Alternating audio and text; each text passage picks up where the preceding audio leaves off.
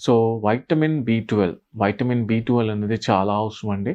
అంటే మనకు vitamin B 12 ఎక్కువగా ఉన్న ఆహార పదార్థాలకొచ్చినప్పుడు మెయిన్‌గా నాన్ వెజ్ అనేది main source of vitamin B 12 అండి. అంటే లీన్ మీట్ చికెన్ కానివ్వండి, లేకపోతే చేపలు కానివ్వండి, లేదంటే ఎగ్స్ కానివ్వండి, పాల పదార్థాలు కానివ్వండి, ఇవన్నీ ఎక్కువగా మనకి వైటమిన్ బి 12 అనేది వీటి ద్వారా ఎక్కువగా వస్తుంటుంది. అది కాకుండా when it is comes to vegetarian source అన్ని రకాల పల్సెస్ అండి. అన్ని రకాల పప్పు ధాన్యాల్లో కూడా మనకి వైటమిన్ బి 12 అనేది వస్తూ ఉంటుంది. సో, అలా తీసుకుంటూ ఉండడం వల్ల వైటమిన్ బి 12 రిక్వైర్మెంట్ అనేది మనకి తగిన మోతాదులో వస్తుంటుంది. అది కాకుండా కొన్ని వెజిటబుల్స్ ఉంటాయి.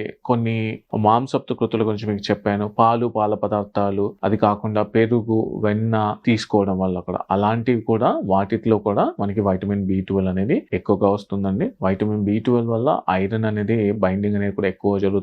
వైటమిన్ బి 12 సరిగ్గా మోతాదులో తీసుకున్నప్పుడు ఐరన్ డెఫిషియన్సీ అనేది కూడా తక్కువగా అనిపిస్తూ ఉంటుంది మనకి. ఇప్పుడు తినమన్నట్టుగా నాన్ వెజ్ తినమన్నారు కదా అని చెప్పేసి మనం నాన్ వెజ్ సోర్స్‌లో ఎక్కువగా వైటమిన్ బి 12 ఉంటుందని అది తదేకంగా అంటే కంటిన్యూగా తిన్నప్పుడు అది కావాల్సిన దానికంటే ఎక్కువగా అయిపోతుంది. అంటే మనకు పోర్షన్ కంట్రోల్ అనేది కూడా చాలా ఇంపార్టెంట్ అండి. ఆ వైటమిన్ బి 12 అనేది కూడా మనం తీసుకోవాల్సి అంటే వారంలో 1 లేదా 2 సార్లు చికెన్ కానివ్వండి, లేదా రోజు తప్పించి రోజు, లేదంటే రోజు ఎగ్ తీసుకోవడం వల్ల కానివ్వండి, చేపలు తిన్నప్పుడు కూడా అదే విధంగా చెప్పినట్టుగా వారంలో 1 కానీ 2 రోజులు కానీ తీసుకోవడం వల్ల కానివ్వండి, మన బి 12 రిక్వైర్మెంట్ అనేది మనకు సరిపోతుందండి. అది కాకుండా మీకు చెప్పినట్టుగా రోజు మన డైలీ రొటీన్‌లో పాలు, పెరుగు, పన్నీర్ లాంటివి లేదంటే పెరుగు నాట్ ఓన్లీ వైటమిన్ బి 12 అండి, ప్రోబయోటిక్ కూడా మన గట్ హెల్త్‌కి మనకి చాలా దోహదపడుతూ ఉంటుంది.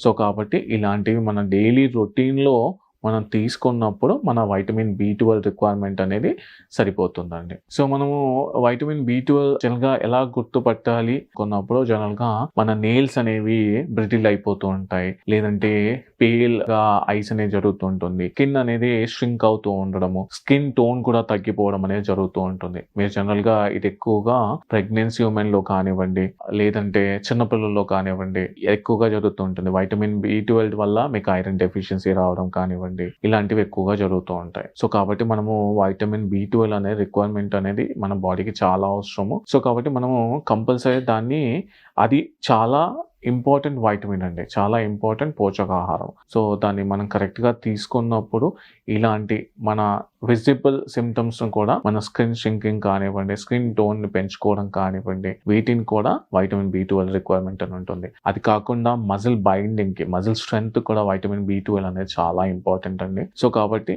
ఇది పెంచుకోవడం కోసము మనము వైటమిన్ బి 12ని రెగ్యులర్‌గా మనం చేసే భోజనంలో ఇంక్లూడ్ చేసుకోవాల్సి ఉంటుంది. అలా చేసినప్పుడు మన రిక్వైర్మెంట్ అనేది మనకు సరిపోతాయి. మీకు ఇంతకుముందు చెప్పినట్టుగా అన్ని రకాల అంటే నాన్ వెజ్ సోర్స్ అనుకోండి. నాన్ వెజ్ సోర్స్‌లో మీట్ కానివ్వండి, లీన్ మీట్ కానివ్వండి, ఫిష్ కానివ్వండి, ఫ్రెష్ వాటర్ ఫిష్ అండి. ఇవి తీసుకుంటూ పాల పదార్థాలు అంటే పాలు తీసుకొని రెగ్యులర్‌గా మన డైలీ ఇంక్లూడ్ చేసుకోవడము, ఇలా చేసుకుంటున్నప్పుడు మన రిక్వైర్మెంట్ అనేది పూర్తవుతూ ఉంటుంది. అదే ఇంతకుముందు చెప్పినట్టుగా మనం మాట్లాడుకున్నట్టుగా వైటమిన్ సోర్సెస్ వచ్చేసి మన పల్సెస్ అంటే పప్పులు, అన్ని రకాల పప్పులు తీసుకోవడము, ఇలాంటివి ఇంక్లూడ్ చేసుకోవడం వల్ల వైటమిన్ బి 12 అనేది మన బాడీ రిక్వైర్మెంట్ సరిగ్గా సరిపోతుందండి.